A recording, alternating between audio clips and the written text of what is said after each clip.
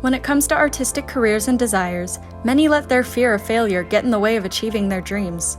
However, some decide to embrace that uncertainty, despite the loud voices telling them it's impossible.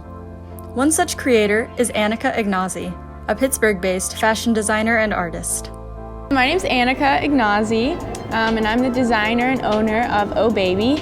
I'm 21 years old, and to tell you a little bit about Oh Baby, I hand paint each piece. Sometimes I paint directly on the clothing item, or sometimes I paint on canvas, and then I sew it on with my sewing machine, or I rework the item, sometimes cut it apart, put it back together. Every piece is unique. I've painted pretty much throughout high school and college, but I started this about 2 years ago. I asked Anika about whether or not she had always planned to pursue art, and learned that originally her life was headed in a completely different direction.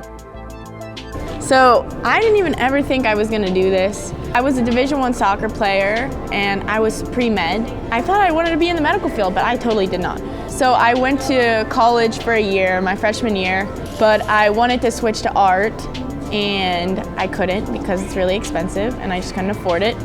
And so I was in New York for my school, and I came back home, and I just painted on a shirt for fun. Like, I just did it for fun.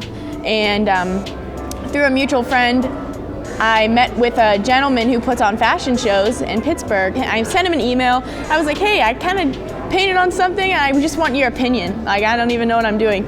And I met with him. He liked it, and he was like, do you want to do a fashion show? And I was like, sure. I just did it for fun, and then it started. I decided to learn more about why she chose to take this path and ask about the trials and tribulations she went through to get to this point.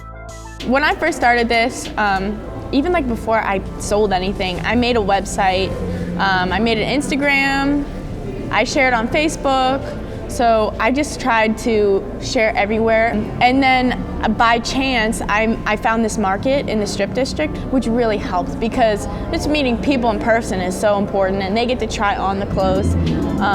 So yeah, having like a physical location too was a really big thing and helped me grow like fast.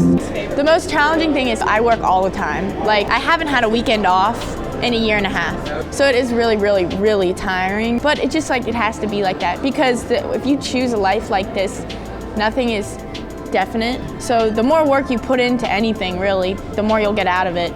It just takes a lot. Like, every day, you have to work. If you want to be successful in whatever your product is, music, film, paintings, you just have to like push it and believe in it and rep it. The opportunities are everywhere, like seriously everywhere.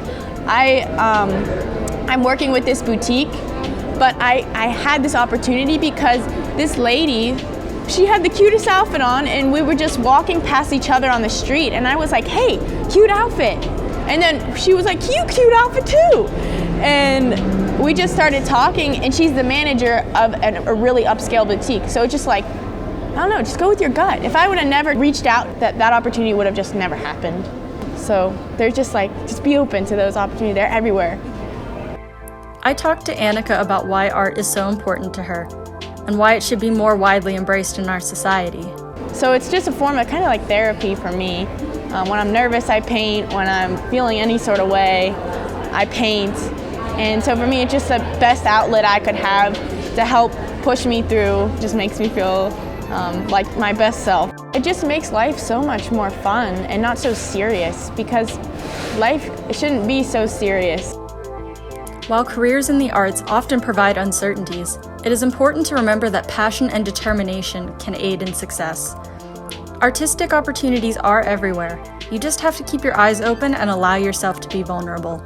If more people take the time to appreciate the creativity around them, the world could be a much more colorful and accepting place.